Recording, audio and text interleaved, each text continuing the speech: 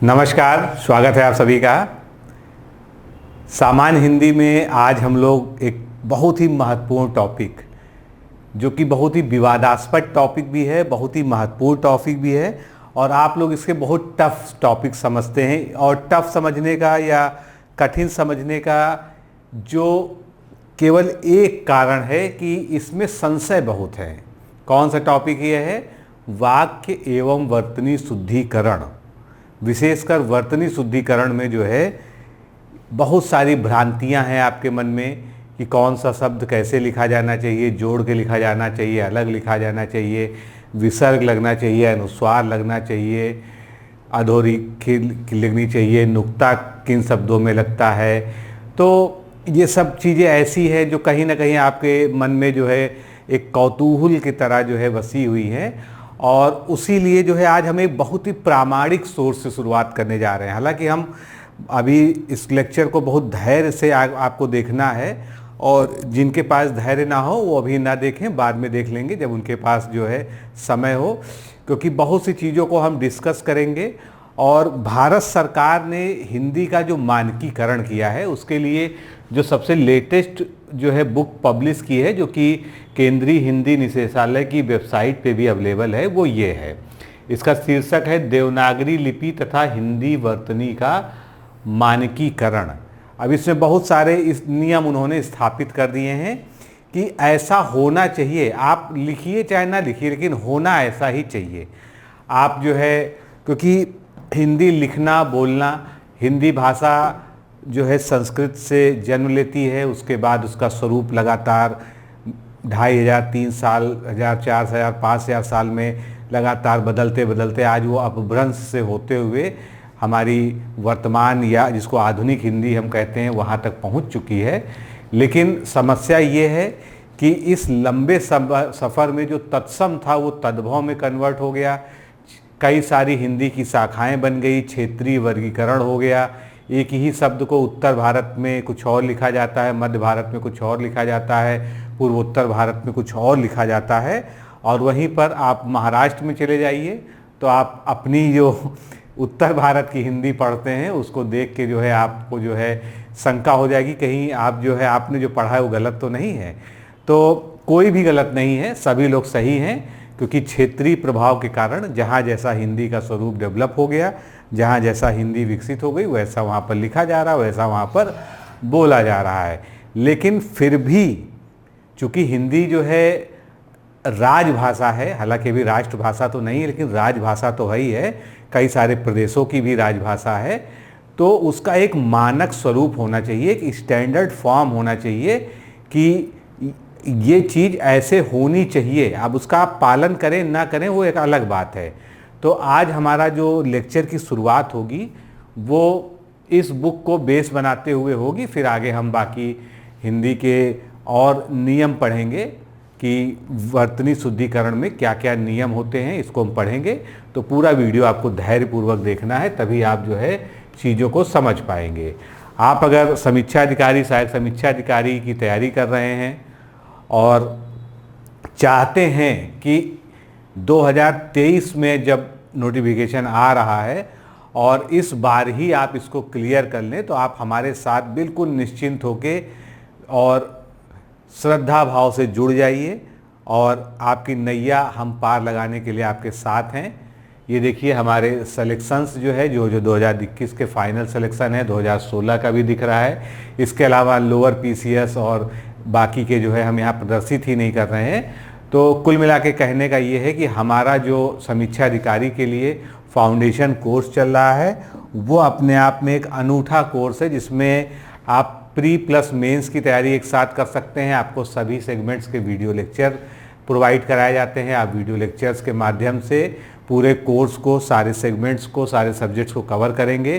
साथ में आपको जो कुछ पढ़ाया जाएगा उसका जो है वीडियो लेक्चर का सभी का आपको पीडीएफ फॉर्म में नोट्स दिया जाएगा, टेस्ट सीरीज दी जाएगी, टेलीग्राम ग्रुप डिस्कशन में आपको ऐड किया जाएगा, जहां पर जो है नियमित तौर पे टेस्ट होते हैं, बाकी आपकी शंका का समाधान होता है। टीचर से सीधे बात करने की आपको जो है सुविधा दी जाती है, व्हाट्सएप के माध्यम से संपर्क में रहने की सुविधा दी जाती है।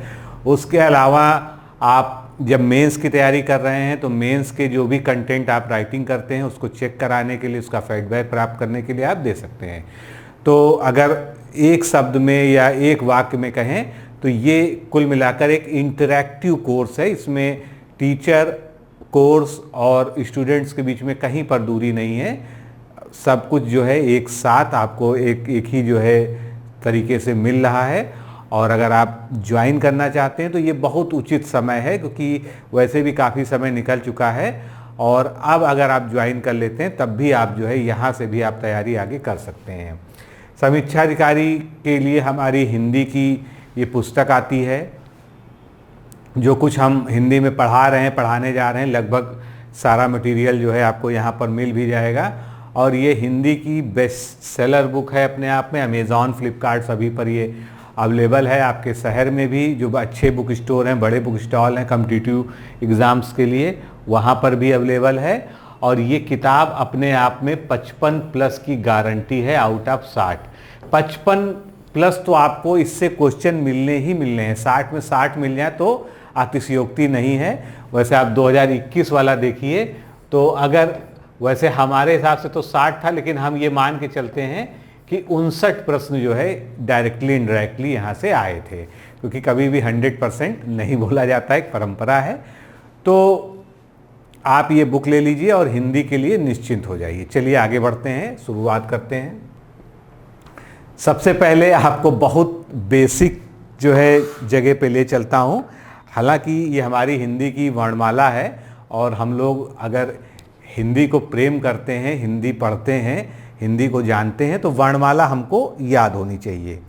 ये दिखाने का मकसद ये नहीं है कि हम आपका ज्ञान परखना चाहते हैं कि आपको काखा गाघा आता है या नहीं आता है। ये दिखाने का मतलब है कि ये केंद्रीय हिंदी निदेशालय ने वर्णमाला का एक मानक स्वरूप यहाँ पर निर्धारित किया है कि वर्णमाला यही है, इसके अलावा वर्णमाला में कुछ नहीं है। यहाँ पर आप देखते हैं अंगा और रा, ये दोनों ये भी जो है यहाँ पर जोड़ा हुआ है। तो आगे बढ़ते हैं, अभी आप चीज़ों को समझते चलेंगे। कुछ चीज़ें आपको हो सकता है छोटी दिखाई दें, लेकिन आप मुझे सुनते रहिएगा, मैं बताऊंगा, क्योंकि ये किताब से डायरेक्ट जो है लिया हुआ कंटेंट है।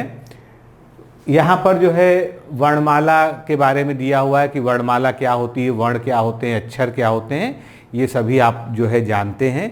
हिंदी में जो है जो इकाई होती है वर्णमाला की, उसको हम लोग अक्षर कहते हैं या वर्ण भी कहते हैं। अब इसको स्वर और व्यंजन में विभक्त किया जाता है। स्वर हमारे मौलिक रूप से छोटा आ, बड़ा आ, छोटी बड़ी, ऊ, री, ए, आए, ओ, औ ये होते हैं, यानी कि 11 तो ये होते ही हैं। उसके अलावा जब संस्कृत वर्णमाला की बात करते हैं हम उसमें, तो इसमें इस तरह का री भी आता है, फिर ली आता है और ये वाला ली भी आता है। लेकिन चूंकि हम हिंदी पढ़ रहे हैं तो हिंदी में इसकी आवश्यकता नहीं है, हिंदी में इसको कंसीडर नहीं किया जाता, हिंदी में इसका प्रयोग नहीं होता है। अब जो मूल व्यंजन है काखा गागा अंगा चाचा जजा इया टाटा डाडा आड़ा रा ताथा दादा ना पापा बाबा माँ यारा लावा सासा साहा, ये सारे जो हैं। अब यहाँ पर जो है विशेष बात जो है वो समझते चलिए, क्योंकि बहुत सारी चीज़ें जैसे हम एनसीईआरटी पढ़ते हैं तो उसमें सब कुछ आपके काम का नहीं होता, जो काम का है उसको आप समझिए कि आपके काम क्या है। ड़ा और डा ये जो है व्यंजन रूप हिंदी में स्वीकृत ध्वनियाँ हैं, मतलब ये हिंदी की स्वीकृत ध्वनियाँ हैं, ये व्यंजन के अंतर्गत गिनी जाती हैं मानक हिंदी में। तो इस तरह से हिंदी वर्णमाला में मूलतः 11 स्वर हैं, 35 व्यंजन है और इस 35 में 33 जो है मूल व्यंजन है, 2 हमारे अंगा और अड़ा हो गए। ये जो है आपको ध्यान रखना है। संयुक्त व्यंजन की बात करें, अब संयुक्त व्यंजन बनते कैसे हैं, चूंकि हम वर्तनी पढ़ रहे हैं तो थोड़ा सा संयुक्त व्यंजन के नियम भी हमको पता होना चाहिए। जैसे हम छा लिखते हैं, जो हम अक्षर में प्रयोग करते हैं, अब हमको अगर छा लिखना है तो इसको हम कैसे लिखते हैं, का प्लस सा, और सा में हलंत है, यानी कि ये स्वर रहित है। इसी प्रकार अगर हम त्रा लिखते हैं तो ता प्लस रा, अब यहाँ पर ता हलंत वाला है तो ये क्या हो गया हमारा, ये त्रा हो गया।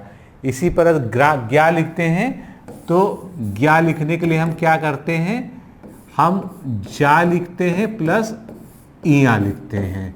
उसकी तरह से श्रा जो हम लिखते हैं श्रवण वाला मान लीजिए, तो वो किस प्रकार लिखते हैं, हम शा लिखते हैं और उसके साथ में रा लगाते हैं। ये चीज़ आपको समझ में आ गई होगी। और जो लोग यूनिकोड वगैरह पे टाइप कर लेते हैं या आजकल तो मोबाइल में भी जब टाइप करते हैं, तो हमको अगर ये शब्द ये अक्षर बनाने होते हैं तो हमको इसी नियम का पालन करना पड़ता है। इसके बाद अगला नंबर आता है अनुस्वार का। अभी ये सभी जो है आगे यहाँ पे ये दिए हैं ये सभी चैप्टर्स हैं, लेकिन हम जो है केवल एक जो है इसका विहंगम जो है दृश्य देख रहे हैं कि क्या क्या चीज़ें हैं। अनुस्वार जिसको हम शिरोबिंदु भी कहते हैं, वो कैसे बनता है, हो सकता है आपको छोटा दिख रहा हो, तो वो बनता है इस प्रकार से। अब इसका एग्जाम्पल यहाँ पर संयम दिया है, यानी ऊपर जो अंग की बिंदी होती है उसको हम संयम कहते हैं। अनुनासिक क्या होता है, अनुनासिक को हम सामान्य भाषा में चंद्रबिंदु भी कहते हैं, जो इस तरह से हम लगाते हैं, जैसे कि हम आँख में लगाते हैं। फिर विसर्ग क्या होता है, विसर्ग दो जो है सीधी बिंदियाँ होती हैं एक सीध में, जैसे हम लिखते हैं प्रातः, तो ता के बाद क्या लिखते हैं, विसर्ग लगाते हैं। इसी तरह से हल चिन्ह, हल यानी हलंत चिन्ह, तो हलंत चिन्ह जैसे यहाँ भगवत लिखा है तो ता में क्या लिखा है, हलंत लगा है। हलंत का मतलब क्या होता है कि ये स्वर रहित व्यंजन है, इसमें कोई भी स्वर नहीं है। जो ता है ये एक व्यंजन है, लेकिन इसमें स्वर कोई भी जुड़ा नहीं है। और मोस्टली कौन सा स्वर जुड़ा होता है, आ, छोटा आ जो होता है इसमें जुड़ा होता है। फिर आगत वर्णों पे आ जाते हैं, जैसे अवग्रह है। अवग्रह क्या होता है, जैसे यहाँ पर एक उदाहरण दिया है सोहम। अब सोहम के बीच में ये लगाते हैं, इसका क्या मतलब होता है कि यहाँ पर जो है उच्चारण में विलोपन हुआ है। ऐसे ही शब्द होता है शिवोहम। शिवोहम आपने जो है पढ़ा होगा मंत्रों में, तो शिवोहम इस तरह से जो इसको हम लिखते हैं, यहाँ पर भी लगाते हैं। फिर आता है अर्धचंद्र। अर्धचंद्र कहाँ लगाते हैं, तो खासकर जो है जो अंग्रेजी भाषा से आए हुए शब्द हैं जो हिंदी में बोले जाते हैं। अब जैसे हमको डॉक्टर बोलना है, तो अगर हम ये लिखेंगे तो ये क्या कहलाएगा, ये डॉक्टर कहलाएगा। डॉक्टर क्या बोलेंगे, डॉक्टर। लेकिन हमको क्या लिखना है, डॉक्टर लिखना है, क्योंकि डॉक्टर की अंग्रेजी क्या होती है, DOCTOR होता है। अब हमको ये सी कहाँ से कैसे इसको प्रकट करेंगे कि हम इसको डॉग कह सकें, तो डॉग कहने के लिए इसके ऊपर हम अर्धचंद्र लगाते हैं, तो ये डॉक्टर हो गया। तो इसी प्रकार से अंग्रेजी के जैसे कॉफ़ी है, तो इस तरह से अंग्रेजी के अभी हम लोग आगे और भी बहुत सारे उदाहरण देखेंगे, यहाँ पर क्यों समझते हैं। इसके बाद जो है नुक्ता लगाने का आता है। नुक्ता जो है खासकर जो विदेशज शब्द होते हैं उनसे जब हिंदी में आता है, क्योंकि हमारी उनकी जो है बोली में फ़र्क है। हम बोलेंगे कलम को तो क्या बोलेंगे, कलम, और वो बोलेंगे तो क्या बोलेंगे, कलम। तो ये जो का के नीचे नुक्ता लगा है। इसी तरह से गलत और गलत। फिर मुखालपत हम बोलेंगे, खा को पूरा बोलेंगे लेकिन यहाँ पर मुखालपत। तो ये जो है जो नुक्ता लगाते हैं वो इसका जो है मतलब यहाँ पर ये हो गया। आगे बढ़ेंगे। अब हम संयुक्त वर्णों से इसको प्रारंभ करते हैं, अपनी मानक हिंदी को समझने का यहाँ से प्रयास करते हैं।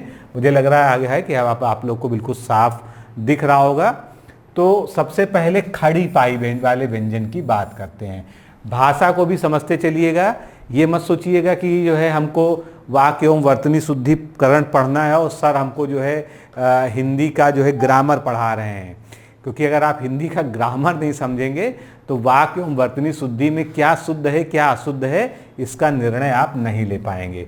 खड़ी पाई का व्यंजन का मतलब क्या होता है, जैसे हम बात करते हैं ना की, तो ना कैसे बनता है, ना इस तरह से बनता है,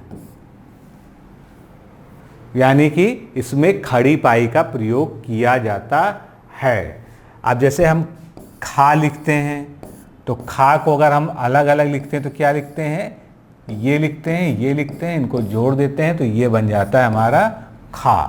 तो इसको हम खड़ी पाई के व्यंजन कहते हैं। ऐसे व्यंजन जिनमें खड़ी पाई का प्रयोग किया जाता है वो खड़ी पाई के व्यंजन हो गए। अब इसको हम क्यों पढ़ रहे हैं? इसलिए पढ़ रहे हैं क्योंकि केंद्रीय हिंदी निदेशालय ने डिसाइड किया है कि खड़ी पाई वाले व्यंजनों के संयुक्त रूप परंपरागत तरीके से खड़ी पाई को हटाकर ही बनाए जाएंगे। अगर इनको संयुक्त रूप बनाना है यानी दूसरे शब्दों के साथ जोड़ना है, जैसे कि पहला उदाहरण इन्होंने दिया है ख्याति। तो ख्याति हम कैसे लिखेंगे? ख्याति हम इस तरह से लिखेंगे, खड़ी पाई हमने खा से हटा दी, बिल्कुल आसान है। व्यास लिखना है तो हम व्यास, ऐसे हम क्या कर सकते थे, इसमें से हम हलंत लगा सकते थे ना, क्योंकि हमको आ की मात्रा को अलग करना। खड़ी पाई का मतलब क्या है? छोटी आ की मात्रा। तो हम व्यास इस तरह से लिख सकते हैं, एक व्यवस्था हमारे पास है। लेकिन हमने मानकीकरण में क्या तय किया कि हम ये वाला काम नहीं करेंगे। हम क्या करेंगे? हम खड़ी पाई को हटा के व्यास लिखेंगे और इसको हम क्या बोलेंगे? इसको हम आधा वा बोलेंगे। इसी तरह से श्लोक है। अब श्लोक में हम श्लोक ऐसे भी लिख सकते थे, इसके नीचे हम हल चिन्ह लगा देते तो ये आधा सा हो जाता। लेकिन हम क्या कर रहे हैं? हम श्लोक लिख रहे हैं इस प्रकार से। तो बात आपको समझ में आ गई होगी। इसी तरह से न्यास, प्यास, त्र्यंबक, स्वीकृति। अब त्र्यंबक में जैसे ये त्रा है, तो त्रा को अगर हमको आधा लिखना हो तो हम यहाँ पे ऐसे हलंत लगा दें। लेकिन ये ना लिख के जब हम इसको किसी के साथ संयुक्त कर रहे हैं तो हम ये जो है त्र्यंबक, इस तरह से हम इसको लिखेंगे। तो मुझे लगता है समझ में आ गया होगा। एग्जाम्पल आपके सामने दिए, विघ्न, कच्चा, छज्जा, कुत्ता, पथ्य, डिब्बा, सभ्य, रम्य और क्षम्या। अब यहाँ पर कुत्ता दिया हुआ है, अभी इसके यहाँ पर जो है स्टार बना हुआ है, इसकी कुछ विशेष वजह है जिसको हम आगे अभी समझेंगे। इसके बाद बाकी व्यंजनों की अगर हम बात करें तो का और फा, और ये कौन सा फा है? नुक्ता वाला, के हुक के आधे भाग को हटाकर हम संयुक्ताक्षर बनाएंगे। अगर हमको दो जो है व्यंजनों को जोड़कर जो है संयुक्ताक्षर बनाना है तो हम जो है क्या करेंगे? हुक को हटा देंगे। हुक का मतलब पहले समझिए, जैसे ये का है, का जो ये भाग है यहाँ से, इसको हम नीले रंग से देखें तो ज़्यादा समझ में आएगा। जो यहाँ से यहाँ तक का भाग है इसको जो है यहाँ पर हुक कहा गया है। तो अगर हमको आधा का लिखना हो तो हम कैसे लिखेंगे? हम इतना ही लिखेंगे। यानी कि जो ये हुक था, जो इसमें हम जोड़ के इसको हम पूरा का बना सकते थे, उसको हम हटा देंगे। तो ये नियम हो गया। तो इसमें कुछ नहीं, जैसे संयुक्त में आधा का दिया है, पक्का में आधा का दिया है, दफ्तर में आधा का दिया है, ये बात स्पष्ट हो गई। अब दो अर्ध ता है, अगर जैसे कुत्ता हमने लिया था, इसमें क्या है? एक आधा ता और यहाँ पर भी ता है, तो ये कुत्ता हो गया। तो ये तो बात जो है समझ में आती है कि यहाँ पर एक पूरा ता है, यहाँ आधा ता है। तो इसको हम जो है कैसे लिख सकते हैं? इसको हम इस प्रकार से लिख सकते हैं, इसको लाघव करने के लिए, इसको छोटा करने के लिए। ये एक अलग बात हो गई। लेकिन अब दो आधे ता कहीं पर अगर एक साथ आते हैं, कोई ऐसा शब्द हो जिसमें दो आधे ता आएंगे, तो हम क्या करेंगे? जैसे उदाहरण के लिए हमने कहा महत्व। अब हम जानते हैं महत्व में महत धन तव होता है, तो आधा ता और आधा ता आया, फिर वा आया। ठीक है, तो क्या ऐसे इसको लिखना ठीक रहेगा? क्योंकि अब जो मानकीकरण किया गया है उसमें एक और समस्या है, वो टाइपिंग के हिसाब से किया गया है कि हिंदी में वो टाइप भी हो जाना चाहिए। अगर आप पुरानी डिक्शनरी देख लें और उसमें गंगा लिखा देख लें और आज आप जो गंगा लिखते हैं वो देख लें, तो दोनों में आप समझ जाएंगे कि पहले जब टाइपराइटर से टाइपिंग होती थी या हाथ से लिखा जाता था, और आज जब कंप्यूटर से हम टाइप करते हैं, खासकर यूनिकोड में, तो जो है दोनों में कितना अंतर आ गया। तो ये महत्व क्या सही लिखा है? ये बिल्कुल भी सही नहीं लिखा। कैसे हम सही इसको लिखेंगे? इसको हम जो है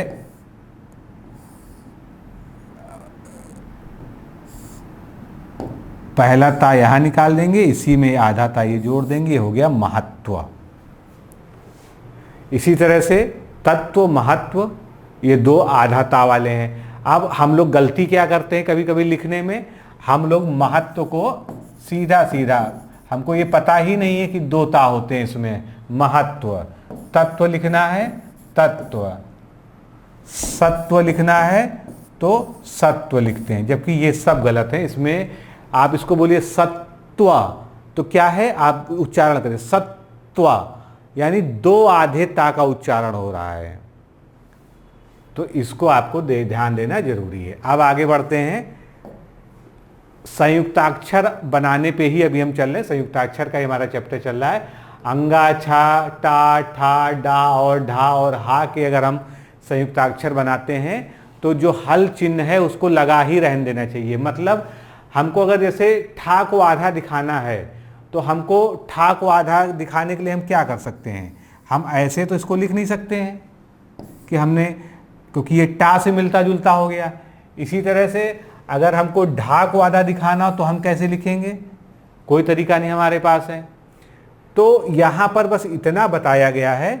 मान लीजिए अगर हमको डा को आधा लिखना है तो कोई तरीका है, नहीं है, तो इसमें हम हल चिन्ह का प्रयोग करके इसको हम जब संयुक्ताक्षर में लिखेंगे तो उसका हम कर लेंगे। जैसे ठा हमने लिखा, यहाँ हल चिन्ह लगा दिया, ढा लिखा, यहाँ हल चिन्ह लगा दिया, डा लगा, यहाँ पर हल चिन्ह लगा दिया। अब उदाहरण देख लीजिए, यहाँ पर वांगमय लिखा है तो अंगा में जो है क्या लगा हुआ है, वांग, यहाँ पर हल चिन्ह लगा है। उच्छ्वास, अब यहाँ पर उच्छ्वास में जो है क्या लगा है, छा को आधा लिखने का कोई तरीका नहीं, तो उसमें जो है हलंत लगा दिया गया है। इसी तरह से लट्टू लिखा है, अब टा को आधा लिखना है तो हम क्या करेंगे, जो है हल चिन्ह लगा देंगे। बुढ़ा में डा लगा हुआ है तो इसमें हल चिन्ह लगा देंगे। चिन्ह लिखा हुआ है तो चिन्ह हा को कैसे आधा लिखेंगे, हा के नीचे हल चिन्ह लगा देंगे, यहाँ पे लगा देंगे। अब चिन्ह को लोग गलत क्या लिखते हैं, चिन्ह लिखते हैं, ये भी गलत होता है। तो अभी खैर ये सब चीज़ों पे हम आगे आएंगे, अभी तो कोई नियम की बात हो रही है। लेकिन दा के साथ अगर अर्धस्वर या और वा आने पर, अगर दा के साथ आधा या और आधा वा आ रहा है तो हलंत के स्थान पर संयुक्त व्यंजन बनाने के परंपरागत रूप को ही प्राथमिकता दी जाएगी। कैसे दी जाएगी, जैसे हमने कहा विद्या कैसे लिखा हुआ है, अब इसमें हम हल चिन्ह लगा सकते थे, ये विद्या हो गया।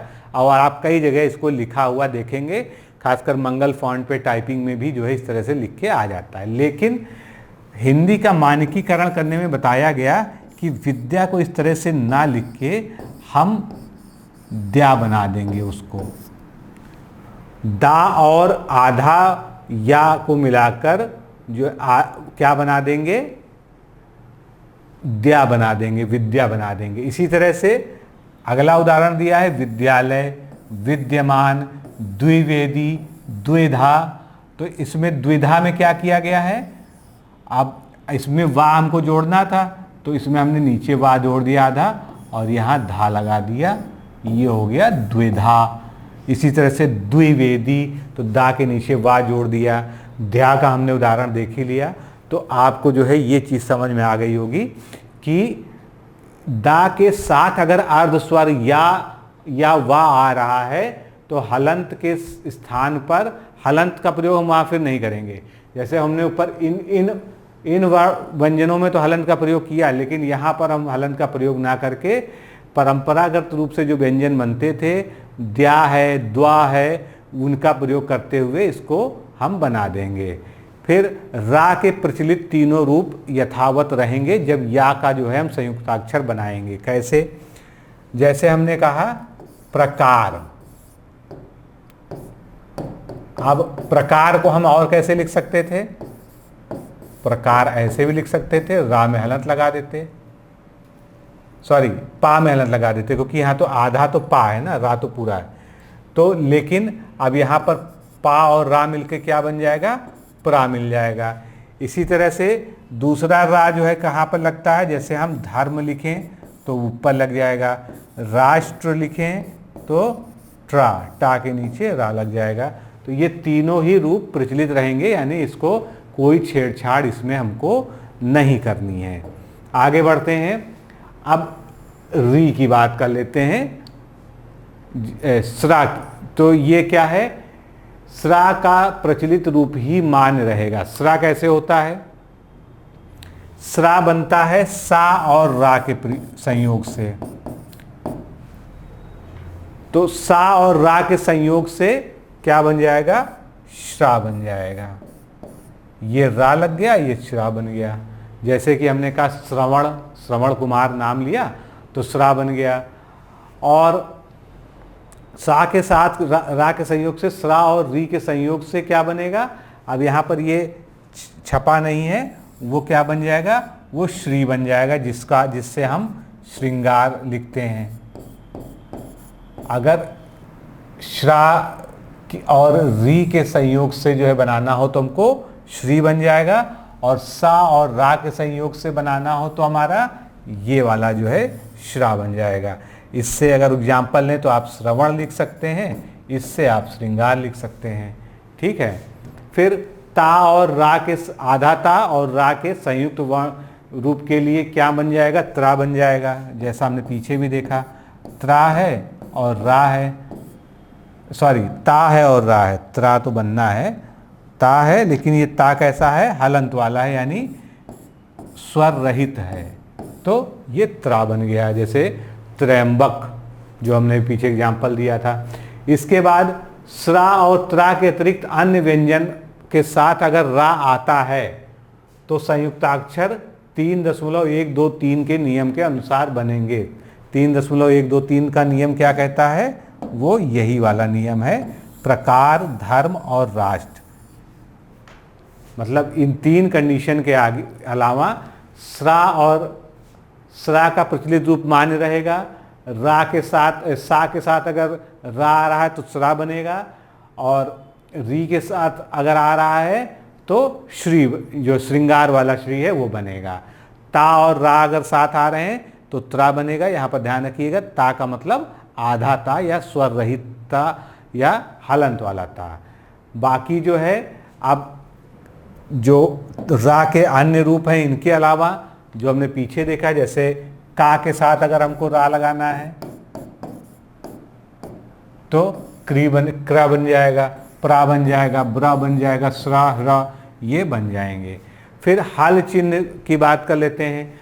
हल चिन्ह युक्त वर्ण से बनने वाले संयुक्ताक्षर के साथ आने वाला जो ह्रस्व ई है, ह्रस्व मतलब छोटा ई, की मात्रा को शब्द युग्म के पूर्व लगाते हुए पूर्ण व्यंजन तक ले जाया जाए। जैसे कि आप यहाँ पर देखिए, कुट्टियम, चिट्ठियाँ, यहाँ पर हल चिन्ह वाले से युक्त वर्ण है सभी में। टा में हल चिन्ह लगा है, यहाँ पर लगा है, दा में लगा है और हा में लगा है। तो ऐसी अक्षर में जो है संयुक्ताक्षर के साथ आने वाला जो ई होगा, छोटा ई, इसकी मात्रा को शब्द युग्म के पूर्व से लगाते हुए पूर्ण व्यंजन तक ले जाना है। हो सकता है आपको ये ना समझ में आया, फिर से मैं समझाता हूँ। देखिए, हमने यहाँ पर लिखा चिन्हित, थोड़ा सा बड़ा देखेंगे तो आपको जो है पता चल जाएगा कि हम यहाँ पर कहना क्या चाह रहे हैं।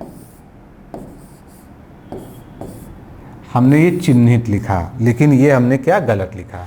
ये जो है, इस पूरी जो है बात का मतलब ये है कि छोटी ई के साथ अगर संयुक्ताक्षर है और उसमें हल चिन्ह लगा हुआ है बीच में, तो जो छोटी ई की मात्रा होगी वो उसी पे सीमित नहीं होगी। वो कहाँ तक जाएगी? वो यहाँ तक जाएगी। चिन्हित आधे ना को भी ये कवर करेगी। अब आपको समझ में आ गया होगा। इसी तरह से आप देखिए, बुद्धिमान, थोड़ा सा जो है इसको हम क्या करते हैं, बड़ा करते हैं, तब आप समझ पाएंगे। ये देखिए, मात्रा कहाँ तक आपको दिख रही है?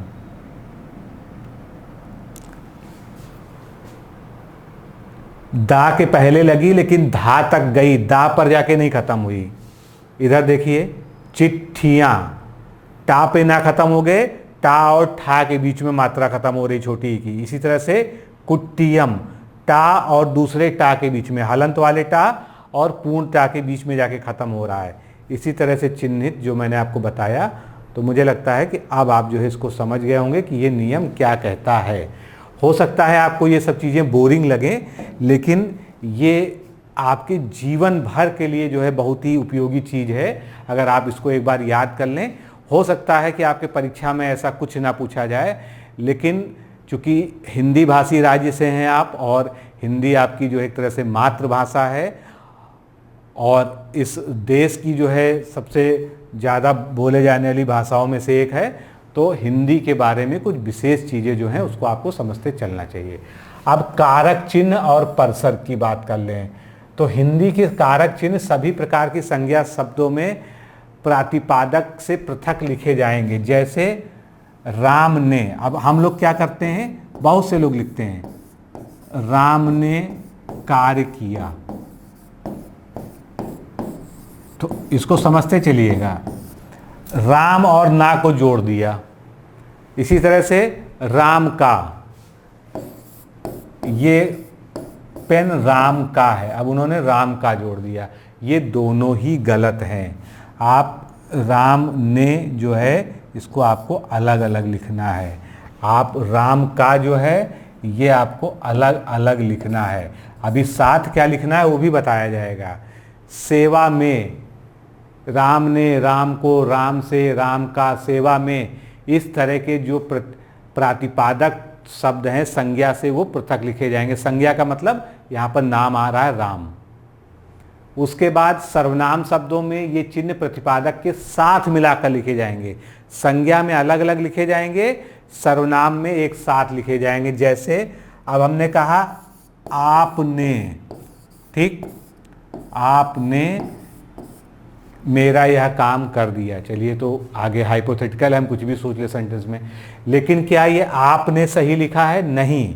मानक हिंदी ये कहती है कि आपने एक साथ लिखा जाना चाहिए, यानी सर्वनाम में जुड़ जाएगा और संज्ञा में अलग रहेगा। ये कहने का, समझाने का, बताने का बस मकसद यही है। आपने, तुमसे, उसने, अब कई लोग कहते हैं यहाँ उसने अलग अलग देंगे, उसने मुझको, उसने मुझको दिया, ये सब अलग अलग लिख देते हैं, गलत है। मुझको, उसने, किताबों में तक गलतियां रहती हैं, तो आप लोग या हम लोग जो है तो बहुत सामान्य से मनुष्य हैं, तो ये चीज़ ध्यान रखिएगा कि सर्वनाम अगर है उसमें जुड़ेगा, संज्ञा है तो प्रातिपादक से वो जो है अलग लिखा जाएगा। प्रातिपादक का मतलब ने, को, से, मो, यानी कि जितने भी परसर्ग हैं, परसर्ग का मतलब जो है जो कारक शब्द होते हैं। सर्वनामों के साथ यदि दो कारक चिन्ह हो, अब दो कारक चिन्हों की बात कर लें। अभी तो हमने कहा कि आपने, तुमसे, उसने, उसको, उससे, मुझको, मुझसे, लेकिन अगर सर्वनाम के साथ दो कारक चिन्ह हो तो क्या करोगे? तो उनमें से पहले को मिला देंगे और दूसरे को अलग कर देंगे। बिल्कुल सिंपल सा। जैसे हमने कहा उसके लिए, अब उसके लिए में उसके एक साथ लिख देंगे, लेकिन लिए को हम अलग कर देंगे। फिर इसमें से, अब इसमें में इसके साथ में को जोड़ दिया और ये देख लीजिए आप जो है जोड़ दिया और बाकी को जो है हमने से को अलग कर दिया। तो आगे बढ़ते हैं, अगला रूल देखते हैं हम जो है। सर्वनाम और कारक चिन्ह के बीच ही और तक आदि निपात हो तो कारक चिन्ह को पृथक लिखा जाएगा। निपात क्या होते हैं?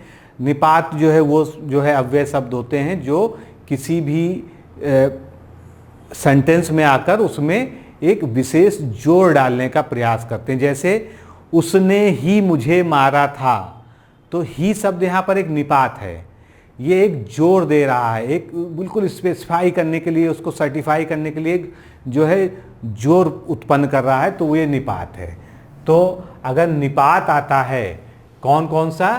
कारक चिन्ह के बीच में ही और तक, तो निपात तो कारक चिन्ह को पृथक करके लिखा जाएगा। जैसे अब यहाँ पर क्या है, जैसे हमने कहा था ना आप ही, तो आप ही को हम एक साथ लिख सकते थे, लेकिन आप ही के लिए अब जो है इसको हम क्या करेंगे, इसको हम अलग कर देंगे। ये देखिए, थोड़ा सा बड़ा देख लीजिए, समझ में आ जाएगा। आप ही के लिए। दूसरा एग्जाम्पल, मुझ तक को, बीच में चूंकि जो है क्या आ रहा है, तक आ रहा है, तो मुझको नहीं जोड़ेंगे, मुझको आपस में नहीं जोड़ेंगे, मुझ तक को, तक जो है बीच में यहाँ पर आ जाएगा। फिर अगला जो है नियम हमारा क्या है, अब हम संयुक्त क्रियापद की बात करते हैं। संयुक्त क्रियापद क्या है, जैसे कि जो क्रियापद होते हैं उसमें सभी अंगीभूत क्रियाएं पद पृथक पृथक लिखी जाए। जैसे पढ़ा करता है, आ सकता है, जाया करता है, खाया करता है, जा सकता है, कर सकता है, किया करता था। अब इसमें कुछ भी जोड़ना नहीं है, किया और करता आपस में जोड़ना नहीं है, पढ़ा करता आपस में जोड़ना नहीं है, या सकता है या करता है ये आपस में जोड़ना नहीं, सबको पृथक पृथक लिखा जाएगा। यानी जब कई सारी क्रियाएं एक साथ हों तो संयुक्त क्रियापद में जो है सभी जो उसकी अंगीभूत क्रियाएं हैं उनको अलग अलग ही लिखना है। इसको भी थोड़ा सा बड़ा करके आप देख लीजिए तो समझ में आ जाएगा। ये जो है जैसे यहाँ पर लिखा है पढ़ा करता है, फिर आ सकता है, इसके बाद जाया करता है, इसके बाद खाया करता है। तो आप समझ गए होंगे कि यहाँ पर हम क्या कहना चाह रहे हैं, मतलब इनको किसी भी हालत में जोड़ना नहीं है। अब हम बात करते हैं योजक चिन्ह। योजक चिन्ह ऐसे लगता है जैसे हमने कहा खाना पीना, तो बीच का ये जो चिन्ह लगाया ये एक विराम चिन्ह है जिसको हम योजक चिन्ह कहते हैं। ये दो चीज़ों को जोड़ता है, दो शब्दों को जोड़ने का काम करता है। इसको हम लोग इंग्लिश में हाइफन कहते हैं। तो योजक चिन्ह का विधान स्पष्टता के लिए किया जाता है। स्पष्टता का मतलब कि दोनों शब्द अलग हैं, भले ही साथ में एक युग में बोले जा रहे हैं लेकिन दोनों शब्द अलग हैं, इसलिए उसका एक साथ प्रयोग किया जाता है। द्वंद्व समास में खासकर इसका ध्यान रखा जाता है। द्वंद्व समास आपने पढ़ा ही होगा, जहाँ पर बिल्कुल एक जैसे ही जो है दो शब्द जो है होते हैं, जैसे राम लक्ष्मण, चाल चलन, हंसी मजाक, लेन देन। अब इसको भी थोड़ा सा आप बड़ा करके देख लीजिए। हंसी मजाक बीच में हमने लगा दिया हाइफन, लेन देन के बीच हमने योजक चिन्ह लगा दिया, पढ़ना लिखना, खाना पीना, खेलना कूदना इत्यादि। तो जब आप वर्तनी की अशुद्धियाँ तो पढ़ेंगे तो उसमें तो स्पष्ट रूप से आपको पता है, वाक्य की अशुद्धियों में भी आप इसको देख सकते हैं कि इस तरह की अशुद्धि तो नहीं है। अब अगला जो है समानता सूचक शब्द होते हैं, जैसे कि उसकी जबान चाकू सी चलती है, उसका हाथ पत्थर सा है। तो जो सा है, से है, इस तरह के शब्द क्या होते हैं, समानता सूचक शब्द होते हैं। तो इसके केस में क्या होता है, इसमें सा सी से के पहले जो है हाइफन चिन्ह लिख दिया जाता है। किसके पहले, सा से सी। जैसे कि एग्जाम्पल देख लीजिए आप, जो है पहला एग्जाम्पल तुम सा, तुम सा हो गया। इसके बाद आ जाइए, अब तुम सा आगे हम होशियार लिख सकते हैं या कुछ भी ना लिखें, यहाँ तो हम एग्जाम्पल देख रहे हैं। चाकू सी जुबान, तो यहाँ पर सा सी से आएगा तो उसमें बीच में हाइफन चिन्ह आ जाएगा। कुल मतलब यही है, इसको हम यूज करेंगे। आगे तत्पुरुष समास की स्थिति में केवल वही प्रयोग किया जाएगा जहाँ उसके बिना भ्रम होने की संभावना हो। जैसे कि भूतत्व, एक शब्द क्या है हमारा, भूतत्व। अब अगर हम भूतत्व को एक ही में जोड़ लें तो क्या हो जाएगा, अभी यहाँ पर आप समझ लीजिए। भूतत्व एक शब्द है, भूतत्व। अब इसको अगर हम एक साथ पढ़ें तो हमको क्या समझ में आ रहा है, भूतत्व यानी भूत का तत्व, भूत से संबंधित तत्व। लेकिन ये शब्द क्या है, भू का तत्व यानी पृथ्वी का तत्व। तो इसको यहाँ पर तत्पुरुष समास होने की दशा में इसमें हाइफन या योजक चिन्ह यहाँ पर लगाना परम आवश्यक है, नहीं तो अर्थ का अनर्थ हो जाएगा। स्पष्टता बहुत जरूरी है। ठीक है, ये समझ लिया आपने। अब सामान्यतः तत्पुरुष समास में हाइफन लगाने की आवश्यकता नहीं होती है। अगर ऐसी कंडीशन ना हो जहाँ पर कन्फ्यूजन उत्पन्न हो रही है तो उसके अलावा तत्पुरुष समास में कभी भी हाइफन लगाने की जरूरत नहीं होती, क्योंकि तत्पुरुष समास से क्या होता है, एक अलग अर्थ बन जाता है। जैसे कि अब लिखा है राम राज्य, तो राम राज्य लिखा है तो इसमें हाइफन की जरूरत नहीं है, राम राज्य हम जोड़ के लिखेंगे। इसी तरह से राजकुमार, गंगा जल, ग्रामवासी, उसके बाद आत्महत्या।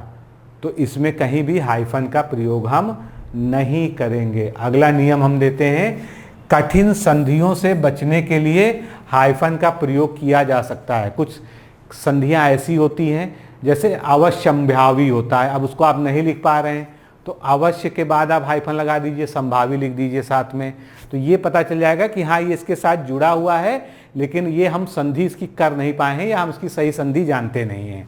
जैसे द्विअक्षर, अब यहाँ पर क्या है, दा के नीचे वा लगा हुआ है, अब आगे आ इसमें जोड़ना है। अब हमको नहीं पता है संधि का नियम कि इस स्थिति में जो है ये क्या होना चाहिए। वैसे तो ये क्या होना चाहिए, ये द्वैक्षर हो जाना चाहिए, लेकिन अगर हमको नहीं पता है तो हम क्यों जो है अपने उसको गलत करेंगे। तो इसलिए यहाँ पर सीधा सीधा जो है हाइफन का प्रयोग कर दिया जाता है। तो कौन से एग्जाम्पल हैं जरा सा देख लीजिए। एक तो हमारा द्विअक्षर हो गया, इसके बाद द्विअर्थ, त्रिअक्षर, इसमें जो है हाइफन का प्रयोग हम कर रहे हैं। तो यहाँ तक जो है हाइफन के प्रयोग हमने समझा। अब हम अव्यय पे आते हैं।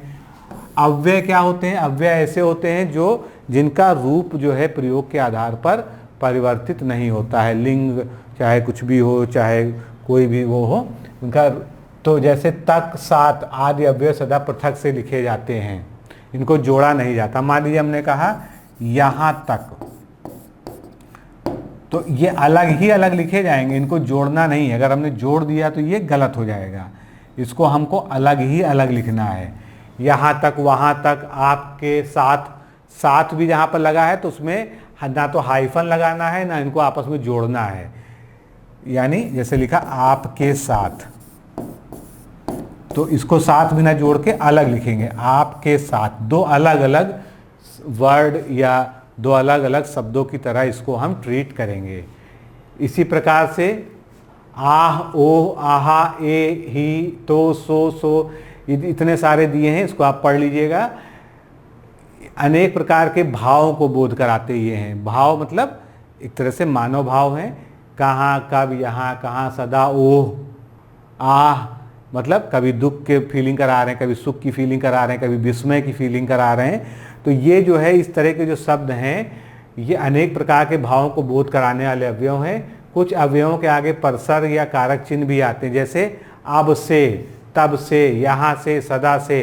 तो नियम के अनुसार अव्यय सदा पृथक लिखे जाने चाहिए। जैसे आप ही के लिए, अब यहाँ पर क्या है, आप ही, इसको अलग ही हमको लिखना है, इसमें जोड़ना नहीं है।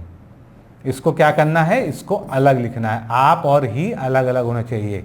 मुझ तक, वह इतना, मुझे जाने, तो ये सभी जो है अलग अलग लिखे जाने चाहिए।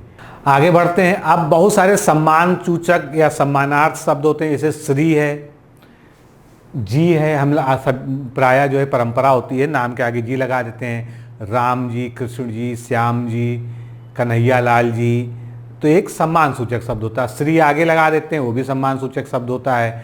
शासकीय भाषा में तो श्री के बिना किसी का नाम लिखा ही नहीं जाता है, अपने नाम को छोड़ के अगर हम दूसरे का नाम लिख रहे हैं। तो इस तरह के अगर अव्यय हैं श्री और जी, तो इनको अलग लिखा जाए। जैसे यहाँ पर दिया हुआ है एक एग्जाम्पल, श्री गंगाधर, तो श्री गंगाधर ये अलग अलग लिखा जाना चाहिए।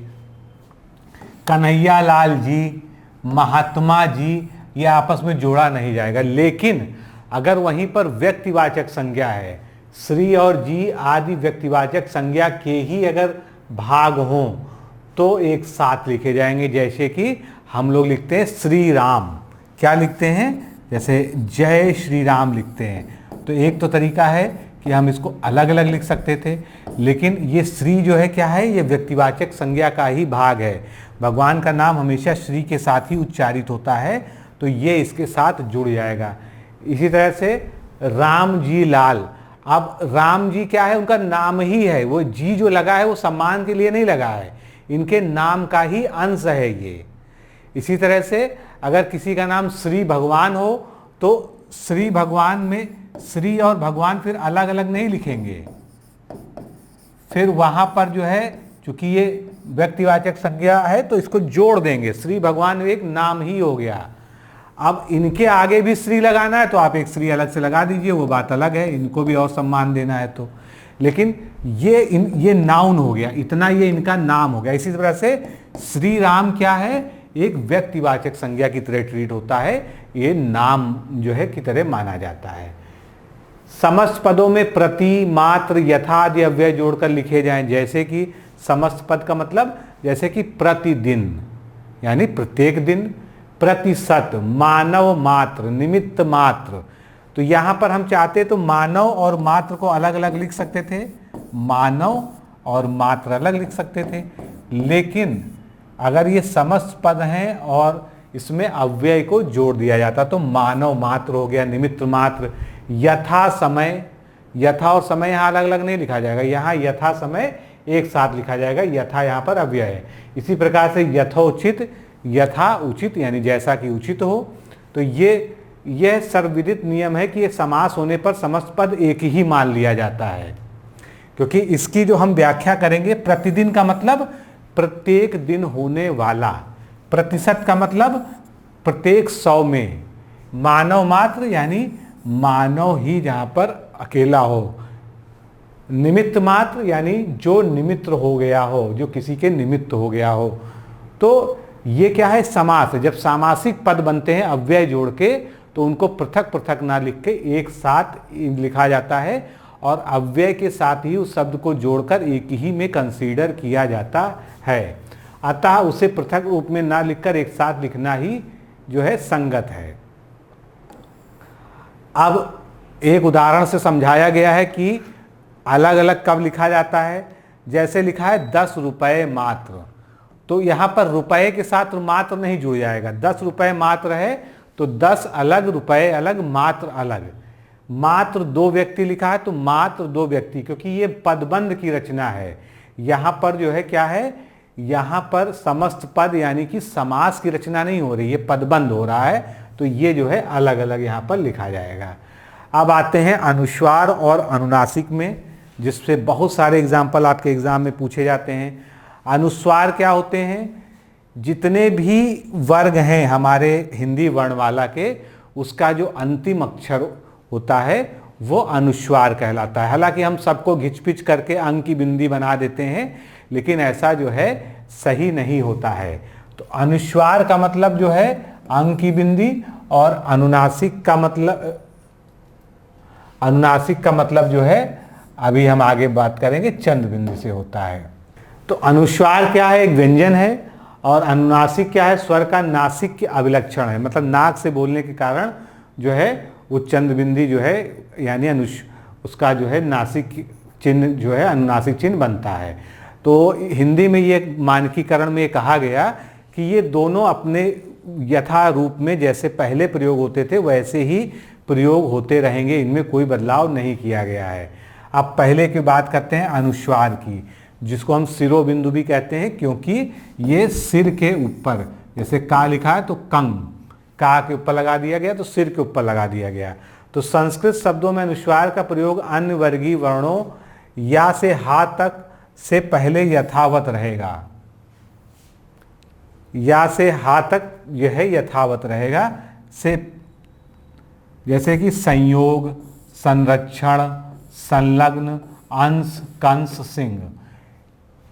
अब संयोग को हम दूसरे तरीके से लिख सकते थे कि नहीं, हम ऐसे लिख देते, लेकिन समझाने का मतलब यही है कि यहाँ पर जो है अन्य वर्गीय वर्णों यानी या से हा तक का जो है पंचवर्ण जो है पंचमाक्षर वाले, उनको छोड़कर या से हा तक के अगर जो है साथ में है तो अंक की बिंदी ऊपर लगेगी, जैसे कि संयोग, संरक्षण, संलग्न, अंश, कंस और सिंह।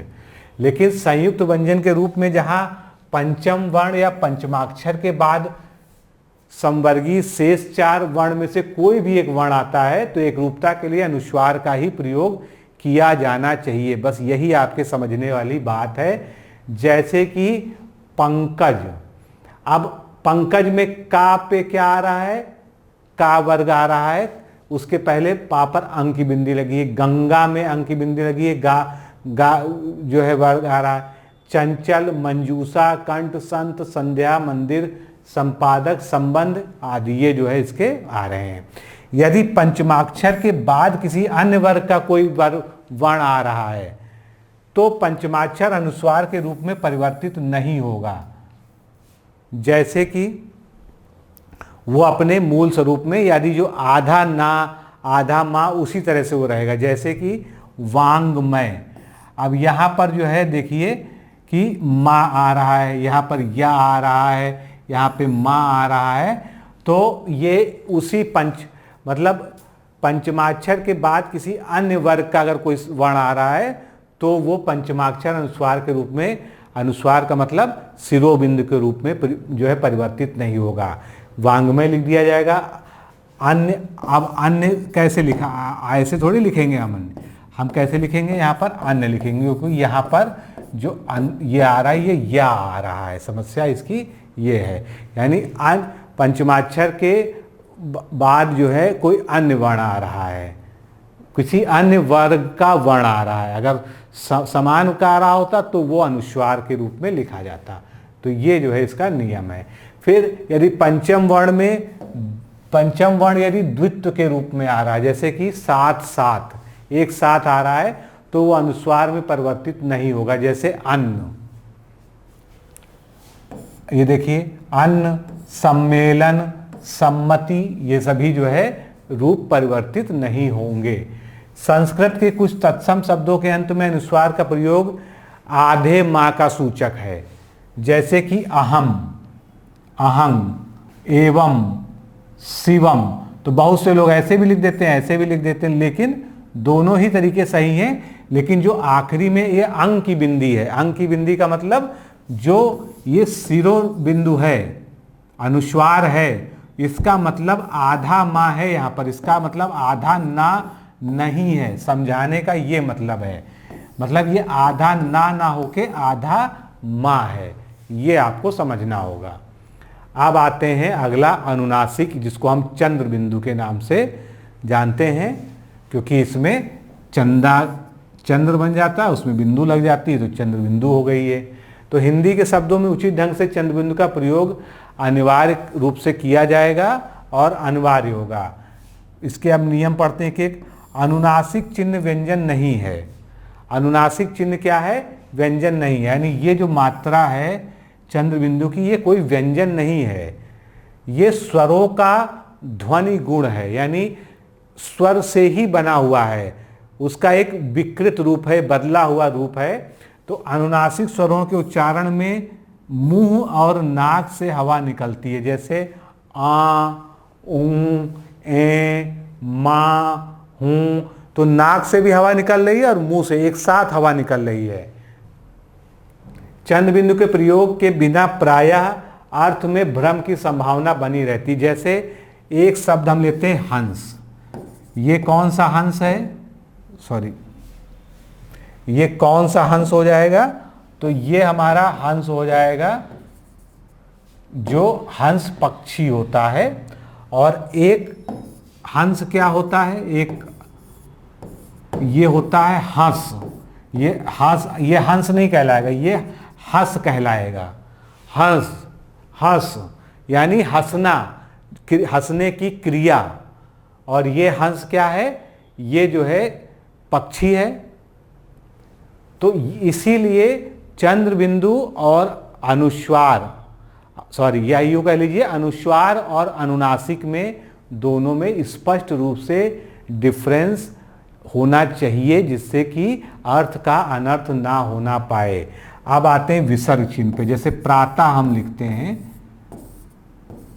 तो ये दो बिंदु हम आगे लगा देते हैं सीधी लाइन में, ये क्या कहलाता है? ये विसर्ग कहलाता है। तो संस्कृत के जिन शब्दों में विसर्ग का प्रयोग होता है वे शब्द यदि तत्सम रूप में ही प्रयोग होते हैं, अगर उसी रूप में संस्कृत का शब्द हिंदी में तत्सम रूप में एग्जैक्टली प्रयोग हो रहा है, तो जो है उसको तद्भव रूप में विसर्ग का लोप हो जाएगा। लेकिन अगर संस्कृत में ही लिखेंगे तो वो वैसे ही लिखा जाएगा। इसको फिर से समझ लीजिए। जैसे कि हमने कहा दुख सुख के साथी, अब अगर हम दुख लिखते तो हम कैसे लिखते, केवल अगर हम दुख लिखते तो दुख हम ऐसे लिखते। ये हमारा संस्कृत यानी तत्सम शब्द होता है। लेकिन जब हम इसको हिंदी में प्रयोग कर रहे हैं तो उसके रूप में विसर्ग का के बिना भी काम हम चला सकते हैं, यही कहा गया है। यानी हिंदी में लिखने में हमको दुख नहीं, विसर्ग के बिना दुख हम लिख सकते हैं। फिर से पढ़िए इस बात को, क्योंकि इससे बहुत कंफ्यूजन। संस्कृत के जिन शब्दों में विसर्ग का प्रयोग होता है वे शब्द यदि तत्सम रूप में प्रयुक्त होते हैं तो विसर्ग का प्रयोग किया जाए। जैसे कि हमने कहा सुखानुभूति, दुखानुभूति, या हमने कहा निसंतान, सॉरी हमने क्या लिखा, निसंतान। तो ये विशुद्ध तत्सम शब्द है तो हमने इसको ऐसे लिख दिया। लेकिन अगर हम इसको हिंदी में प्रयोग कर रहे हैं तो जरूरी नहीं है कि हम विसर्ग का प्रयोग करें। हम विसर्ग को यहाँ से हटा सकते हैं, हम निसंतान भी लिख सकते हैं, जो प्रायः आप किताबों में लिखा हुआ देखते हैं। मतलब मानक हिंदी में जो मानकीकरण किया गया उसमें आपको ये छूट दे दी गई है कि आप विसर्ग के बिना भी हिंदी में संस्कृत के शब्दों का प्रयोग सीधे तौर पर कर सकते हैं, उसको गलत नहीं माना जाएगा। आगे इसको और स्पष्ट किया गया है, तत्सम शब्दों के अंत में प्रयुक्त विसर्ग का प्रयोग अनिवार्य है। अगर तत्सम शब्द है और उसके अंत में विसर्ग आता है तो उसको आप चाहे हिंदी में लिख रहे हो चाहे कहीं लिख रहे हो, उसको आप हटा नहीं सकते हैं। जैसे कि उदाहरण देख लीजिए, चलिए यहाँ शुरू करते हैं। अतः, अतः आप लिखते हैं तो आप कभी अत लिखते हैं? नहीं लिखते हैं, आप हमेशा अतः ही लिखते हैं। तो आप अगर अंत में विसर्ग आ रहा है संस्कृत शब्द के तो आप उसको नहीं हटा सकते। इसी तरह से पुनः को आप पुण्य नहीं लिखते हैं, स्वतः को आप स्वत नहीं लिखते हैं, आप स्वतः ही लिखेंगे। प्रायः, पूर्णतः, मूलतः, अंततः, वस्तुतः, क्रमशः, ये जो है इसका हो गया। अब आगे बढ़ते हैं। एक नियम आपको समझ में आ गया कि प्रायः में से आप नहीं हटा सकते हैं। दुस्साहस, दुस्साहस, निशब्द, निशब्द के उभय रूप यानी दोनों रूप, उभय मतलब दोनों रूप मान्य होंगे। तो कोई आपसे ये कहे कि निशब्द गलत है, निशब्द सही है, तो ऐसा नहीं है, दोनों ही रूप मान्य हैं।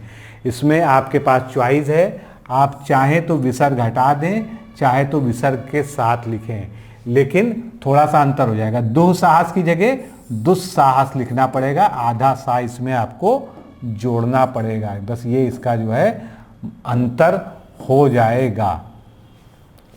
इसी तरह से निस्वार्थ, अंतःकरण, अंतःपुर, दुःस्वप्न, निसंतान, प्रातः आदि शब्द विसर्ग के साथ ही लिखे जाएं तो बेहतर है। जैसे मैंने पीछे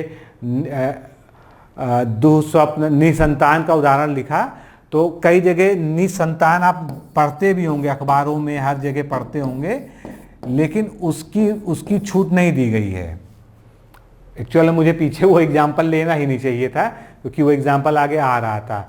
तो अगर ये शब्द हैं, विशेष पर ध्यान दीजिए, यहाँ पर स्पेशली लिखा गया है कि निस्वार्थ, अंतःकरण, अंतःपुर, दुःस्वप्न, निसंतान, प्रातः आदि शब्द विसर्ग के साथ ही लिखे जाएं, इनसे छेड़छाड़ ना की जाए।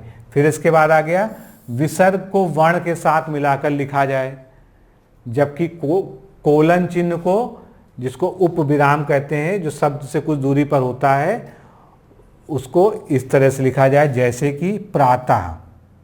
तो प्रातः क्या है? एक विसर्ग युक्त शब्द है, फूल के पर्यायवाची हैं। अब यहाँ पर हैं के बाद ये कोलन है। कोलन को क्या कहते हैं हम?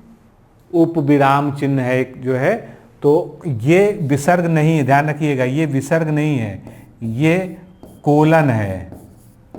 तो प्रातः के साथ, तो ता के साथ इसको सटा के हम लिखते हैं, लेकिन जब हम कोलन का प्रयोग करते हैं तो शब्द से कुछ दूर लिखते हैं। जैसे हमने कहा कि निम्न प्रकार है, उदाहरण निम्न प्रकार है, निम्न प्रकार है। अब अगर हम यहां पे तुरंत सटा दें तो ये क्या हो जाएगा, विसर्ग हो जाएगा। लेकिन हमको कोलन बनाना है तो क्या करेंगे, कोलन बनाने के लिए हम यहां इसको लिखेंगे थोड़ा सा दूर, तो ये कोलन माना जाएगा, ना कि विसर्ग माना जाएगा। बात समझ में आ गई होगी। आगे चढ़ते हैं। अब हल चिन्ह की बात करते हैं। हलंत चिन्ह या हल चिन्ह ऐसी एक समस्या है हिंदी और संस्कृत के बीच में, जिसके कारण बहुत सारी जो है भ्रांतियां उत्पन्न होती हैं कि किसी किताब में कोई शब्द हलंत के साथ दिया हुआ, जैसे अर्थात है तो कहीं पर ता में हलंत लगा है, कुछ किताबों में अर्थात में ता में हलंत नहीं लगा है, विराट में ता में हलंत लगा है नहीं लगा है। ये भी अपने आप में एक बहुत कंफ्यूजिंग जो है चीज़ है, तो इसको थोड़ा सा समझने का प्रयास करते हैं। व्यंजन के नीचे लगा हल चिन्ह उस व्यंजन के स्वर रहित होने की सूचना देता है, ये तो उसकी सामान्य बात है। हल चिन्ह का मतलब ही है कि व्यंजन में कोई स्वर नहीं है, जो आ की ध्वनि थी वो वहाँ पर नहीं है, यानी व्यंजन विशुद्ध रूप से व्यंजन है। संयुक्ताक्षर बनाने के नियम के अनुसार जो हमने पीछे देखा था 3.1.22 छा टा ठा डा ढा हा में हल चिन्ह का प्रयोग होगा, जैसे कि चिन्ह और बुढ़ा। यह वाला एग्जाम्पल आपको याद आ गया होगा, अभी हम लोगों ने जस्ट पीछे पढ़ा है। यहाँ पर तो हल चिन्ह बीच में लगेगा, लेकिन हल चिन्ह और हलंत में अंतर है। हल चिन्ह जो है बीच में आता है, हलंत का मतलब होता है जब अंत में आए, जैसे अर्थात का उदाहरण लेते हैं। अब अंत में आता है ना तो इसको हलंत कहेंगे। अब इन केस अगर यहाँ पे एक शब्द हम का जोड़ देते हैं जो कि निरर्थक शब्द है, एक सार्थक शब्द नहीं है, ये हल चिन्ह हलंत, अगर यहाँ पर हल चिन्ह लगा होता तो इसको हम क्या कहेंगे, इसको हल चिन्ह कहेंगे। इसीलिए हल चिन्ह और हलंत में भी अंतर है, इस बात को ध्यान रखिएगा। तो चिन्ह और बुढ़ा, वांग्मय, ये सब आपने उदाहरण देखे। इसमें व्यंजन के बीच में, जब बीच में व्यंजन आ रहा, संयुक्ताक्षर बन रहा है, तो अगर उसके नीचे छा टा ठा डा ढा हा में लगा हुआ है तो कोई समस्या नहीं, हल चिन्ह लगा रहेगा। लेकिन तत्सम शब्दों का प्रयोग वांछनीय है। अगर ऐसा जरूरी है कि हम संस्कृत के शब्द को सीधे सीधे हिंदी में लिख रहे हैं, जरूरत है, तो हलंत रूपों का प्रयोग किया जाए, विशेष रूप से तब जब उनसे समस्त पद या व्युत्पन्न शब्द बनते हैं। समस्त का पद का मतलब समास जैसे शब्द बनते हैं या व्युत्पन्न शब्द बनते हैं, जैसे कि प्राक। अब प्राक है तो प्राक केवल कोई शब्द तो होता नहीं है, क्योंकि ये विशुद्ध संस्कृत का शब्द है, तो इससे बनता है क्या, प्रागैतिहासिक। तो प्राक में हलंत लगाना जरूरी है। वाग देवी कैसे बनता है, वाक से बनता है, तो इसमें हलंत लगाना जरूरी है। थोड़ा सा बड़ा करके आप देख लीजिए, थोड़ा सा ज़्यादा समझ में आएगा। फिर से देखिए, प्राक जो शब्द है इससे क्या बनता है, इससे प्रागैतिहासिक बनता है, तो का के नीचे हलंत लगाना बिल्कुल जायज़ है, जरूरी है, सही है। वाग देवी में वाक से बनता है तो का में हलंत लग जाएगा, कोई समस्या नहीं है, ये भी ठीक है। इसके बाद अगला देखिए, सत। अब सत से क्या बन रहा है, सत साहित्य बन रहा है, सत साहित्य, तो ये भी सही है। इसके बाद से भगवन। अब भगवन में हम लगा रहे हैं ना के नीचे हलंत। भगवन से हम क्या शब्द बना रहे हैं, भगवत भक्ति बना रहे हैं, भगवत भक्ति, तो यहाँ पर जो है हमने हलंत लगा दिया, कोई गलती नहीं है। इसी तरह से साक्षात में हलंत लगा दिया, क्योंकि साक्षात से हम साक्षात्कार बना रहे हैं। जगत में लगा दिया क्योंकि जगन्नाथ बना रहे हैं। तेजस में लगा दिया क्योंकि तेजस्वी बना रहे हैं। फिर विद्युत में लगा दिया क्योंकि विद्युत लता बना रहे हैं, इससे जो है।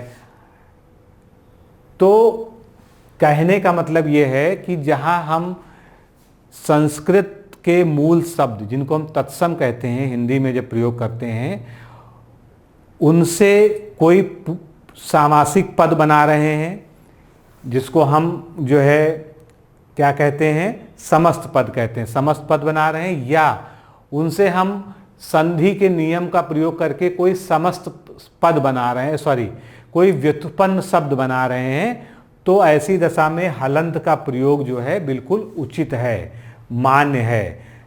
और उसके अलावा तत्सम का संबोधन अगर हो तो उसमें भी माने, जैसे हमने कहा हे राजन, तो हम हे राजन, ये क्या है, संस्कृत का जो है संबोधन है, तो यहाँ पर ना में हलंत लगना जरूरी है। हे भगवन, तो ये भी जो है बिल्कुल सही है, मान्य है। अब आता है अवग्रह।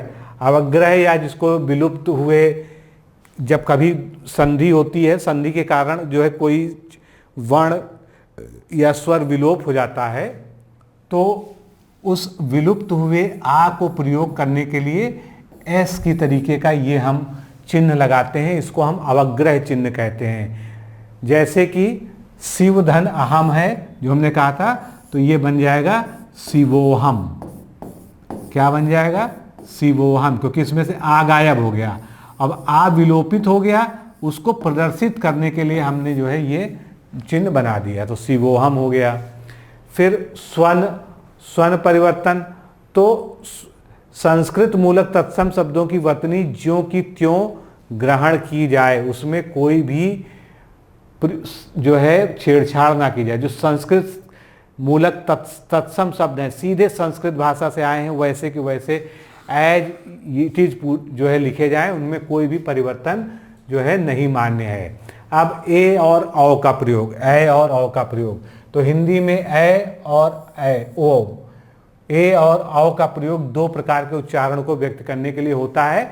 हालांकि मात्रा एक जैसी ही दिखती है, लेकिन उच्चारण इसका दो तरह से होता है। पहले का उच्चारण क्या है,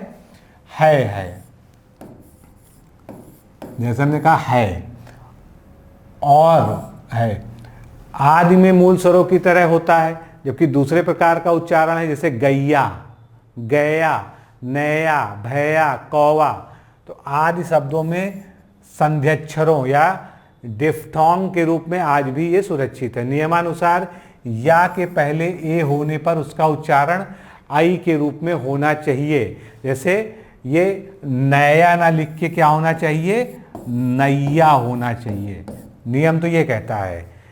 और वा और औ के होने पर उसका उच्चारण औ के रूप में होना चाहिए। तो दोनों ही प्रकार के उच्चारणों को व्यक्त करने के लिए इन्हीं चिन्हों का, यानी ए और ऐ का, औ का प्रयोग किया जाता है। जबकि अनुदाहरण है जैसे भैया, सैयद, तैयार, हवा, ये इसके जो है कुछ एग्जाम्पल हो गए। अब दक्षिण में कुछ शब्द प्रचलित हैं, जैसे नैयर, अय्यर, रमैया, तो ये व्यक्तिमानों को मूल भाषा के अनुरूप में ही, क्योंकि ये वहां पर व्यक्तिवाचक शब्द हैं, एक तरह से संज्ञा है, तो इनको हमको छेड़छाड़ नहीं करनी है, ये ऐसे ही लिखे जाएंगे। इसी प्रकार से अव्वल, कव्वाल, कव्वाली जैसे शब्द प्रचलित हैं, इनके लेखन को यथावत रखा जाए, इनमें कोई छेड़खानी ना की जाए। फिर पूर्वकालिक कृदंत प्रत्यय कर, तो पूर्वकालिक कृदंत क्या होते हैं, कृदंत आप जानते हैं विशेषण बनाने वाले प्रत्यय शब्द होते हैं। तो कर क्रिया को मिलाकर लिखा जाए, जैसे कि पाकर, खा पी कर, रो रो कर, कर प्लस कर के संयोग से करके बनेगा, करा प्लस कर के संयोग से कराके बनेगा। ये आप समझ गए होंगे कि कहना क्या चाह रहे हैं। जैसे कहा गया पाकर, फिर खाकर न लिखा जाएगा, तो खा पी कर, रो रो कर, फिर कर और कर मिला के क्या हो जाएगा, करके हो जाएगा। इसी तरह से करके, उसके बाद करा प्लस कर मिला देंगे तो कराके हो जाएगा। आगे बढ़ते हैं। वाला प्रत्यय, वाला प्रत्यय बहुत लगता है, इसमें एक कंफ्यूजन ये होती है कि शब्द में जोड़ देना है कि अलग अलग लिखना है, तो बस ये यहाँ पर क्लैरिटी कर लीजिए। तो क्रिया रूपों में करने वाला, आने वाला, बोलने वाला आदि को अलग अलग लिखा जाता है। यानी जहाँ पर क्रिया है, यहाँ पर क्या है, करना क्रिया है, तो करने वाला दोनों अलग अलग लिखा गया, आने वाला अलग अलग लिखा गया, बोलने वाला अलग अलग लिखा गया। लेकिन वहीं पर संज्ञा और विशेषण के योजक प्रत्यय के रूप में अगर वाला का प्रयोग करते हैं, जैसे हमने कहा घर वाला, तो घर वाला जो है अलग अलग नहीं लिखा जाएगा, घर वाला एक में जोड़ के लिखा जाएगा। इसी तरह से, क्योंकि ये क्या है, संज्ञा और विशेषण का जोड़ है। घर वाला, टोपी वाला, दिल वाला, दूध वाला, तो ये शब्द जो है जोड़ के लिखा जाएंगे, इनको अलग अलग तोड़ के नहीं लिखा जाएगा। यानी अगर वाला एक विशेषण की तरह प्रयोग हुआ है किसी संज्ञा में, वाला वैसे भी विशेषण ही है, अगर वो संज्ञा के साथ प्रयोग हुआ है तो उसमें जुड़ जाएगा, क्रिया के साथ प्रयोग हुआ है तो अलग हो जाएगा। बस ये नियम जो है आप गांठ बांध लीजिए, यही जो है यहां पर बताने का प्रयास किया गया है। वाला जब प्रत्यय के रूप में आएगा तब मिलाकर लिखा जाएगा, अन्यथा अलग से लिखा जाएगा। यह वाला, वह वाला, यह वाली, वह वाली, पहले वाला, अच्छा वाला, लाल वाला, कल वाला, इन सभी में वाला निर्देशक शब्द है, अतः इसे अलग से ही लिखा जाएगा। इसी तरह से लंबे बालों वाली औरत, दाढ़ी वाला आदमी आदि शब्दों में भी वाला को अलग अलग लिखा जाएगा। इससे हम रचना के स्तर पर अंतर कर सकते हैं। जैसे गांव वाला, तो गांव वाले को हम क्या कहते हैं, उसके लिए एक शब्द हमारा क्या हो जाता है, ग्रामीण। गांव वाला मकान यानी गांव का मकान। तो ये जो है इससे पढ़ने में स्पष्टता आ जाती है। अब हम अंतिम में पहुंच रहे हैं, अगर आप लोग बोर हो रहे हैं तो बोर ना होइए। श्रुति मूलक या और वा की हम बात करते हैं। जहाँ श्रुति मूलक या वा का विकल्प से होता है वहाँ स्वरात्मक रूपों में ही इसका प्रयोग किया जाता है। जैसे नई, गई, जाए, खाए, आइए।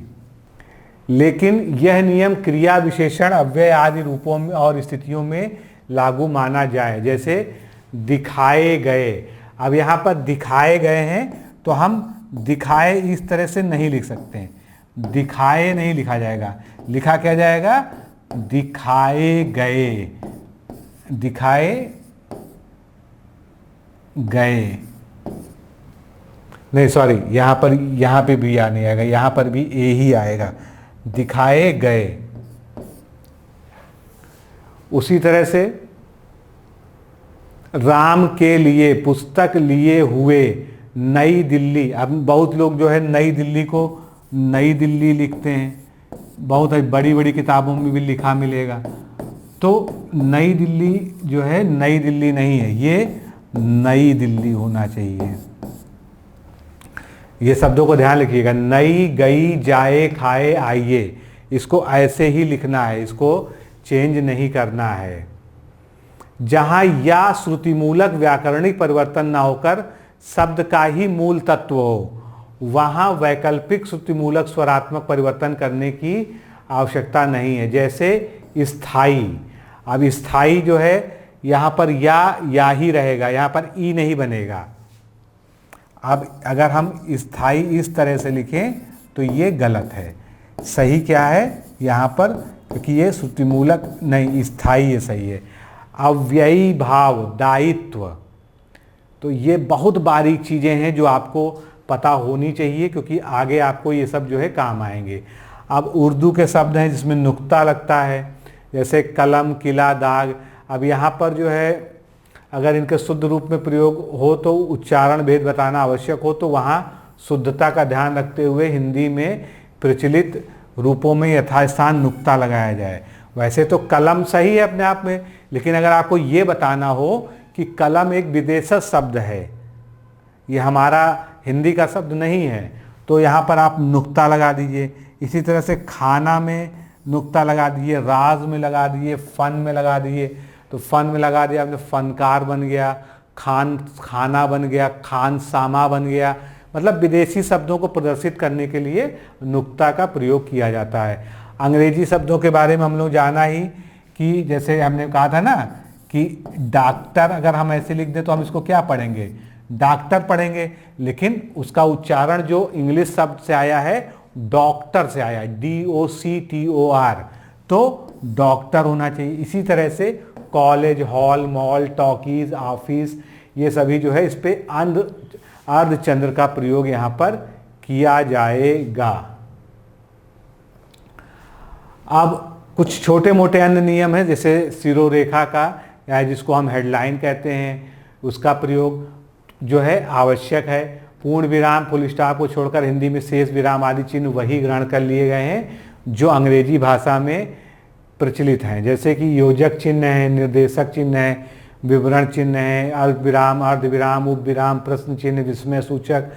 तो ये सभी जो है जो इंग्लिश में यूज़ होते हैं वो हिंदी में भी यूज़ होने लगे हैं, उनमें कोई जो है दिक्कत नहीं है। अब संख्यावाचक शब्द या अंकों की भी जो है समरूपता तय करना जरूरी था। कोई 31 किसी तरह से लिखता है, कोई 31 लिखता है, कोई 41 लिखता है, कोई 41 लिखता है। तो ये इस मानकीकरण के माध्यम से उसको भी ठीक कर दिया गया। जैसे 1, 2, 3, 4, 16, 17, 18, अब 33, तो 33 जो है शुद्धतम रूप यही है। अब आप उसको चाहे कितने भी प्रकार से लिखते हो उससे मतलब नहीं है। तो ये सभी जो है गिनती के जितने 100 तक गिनती है उसका पूरा जो है वो विवरण दिया हुआ है। हजार, लाख, करोड़, अरब, ये जहाँ तक भी गिनती जाएगी इसका ही प्रयोग किया जाएगा। अब कुछ लोग 99 लिखते हैं, बा लगा देते हैं, 98 में बा लगा देते हैं, जबकि ये क्या होना चाहिए, वाह होना चाहिए, ना कि बा होना चाहिए। लेकिन कुछ चीज़ें प्रचलित हैं, क्योंकि हिंदी में कई सारे वर्तनी में ऐसे शब्द हैं जो इतना ज़्यादा प्रचलित हैं कि उनको हम गलत भी नहीं कहते हैं। तो जो है अगर कभी एग्ज़ाम में क्वेश्चन आ जाता है तो प्रचलित रूप को भी जो है सही मान लिया जाता है, क्योंकि बहुत सी किताबों में ये दिया हुआ है। इसी तरह से जो ऑर्डिनल नंबर्स होते हैं, क्रम सूचक संख्याएं, जैसे पहला, दूसरा, तीसरा, चौथा, पाँचवा, उसको इस तरह से लिखा जाना चाहिए। भिन्न सूचक संख्याएं जैसे 1/4 है तो 1/4 के लिए 1/4 इस तरह से लिखा जाए। 2.25 ऐसे लिखना चाहिए, 2.5, 2.25, 3.25, 3.5, पौन, 1.25, 1.5, 2.25, ये सभी जो है निर्धारित कर दिया गया है। अब समय के लिए कभी कभी जो है वाक्य शुद्धि में आ जाता है कि बजा है, बजे हैं, क्या माना जाएगा। तो जैसे पौन बजा है, पौन बजे हैं कि पौन बजा है, क्या सही है, तो पौन बजा है, 1.25 बजा है, 1.5 बजा है, 1.25 बजा है। अब इसका मतलब क्या है, आगे लिखा हुआ है 2 घंटा 15 मिनट को। तो मित्रों, इस तरह से आज के इस लेक्चर में हम लोगों ने हिंदी वर्तनी का जो मानकीकरण है उसको पढ़ा, समझा। आगे के लेक्चर्स में हम और भी जो है वर्तनी के नियम को डिस्कस करेंगे, लेकिन फ़िलहाल इस लेक्चर को कम से कम 2 बार देखने का प्रयास करिएगा। और आप स्वयं भी चाहें तो इस पुस्तक को आप PDF अवेलेबल है, उसको आप पढ़ सकते हैं। लेकिन जो मुख्य बातें थी, क्योंकि PDF तो काफ़ी बड़ी है, लेकिन जो आपके काम की, आपके परीक्षा के लिए उपयोगी चीज़ें थी उसको सब यहाँ पर मैंने अच्छे से ईमानदारी से कवर करने का प्रयास किया है। और ये जो है भारत सरकार के द्वारा निर्धारित हिंदी का मानकीकरण है, जिसको फॉलो करके ही जो है किताबें लिखी जानी चाहिए। हालांकि इसका 100% जो है अनुपालन नहीं हो रहा है, क्योंकि जो चीज़ें प्रचलन में पहले से हैं उसको लोग बदलने में हिचकिचाते हैं। फिर भी क्या सही है ये आपको पता होना ज़रूरी है। तो इस लेक्चर का यही उद्देश्य था। तो आज के लिए इतना ही। नमस्कार, धन्यवाद।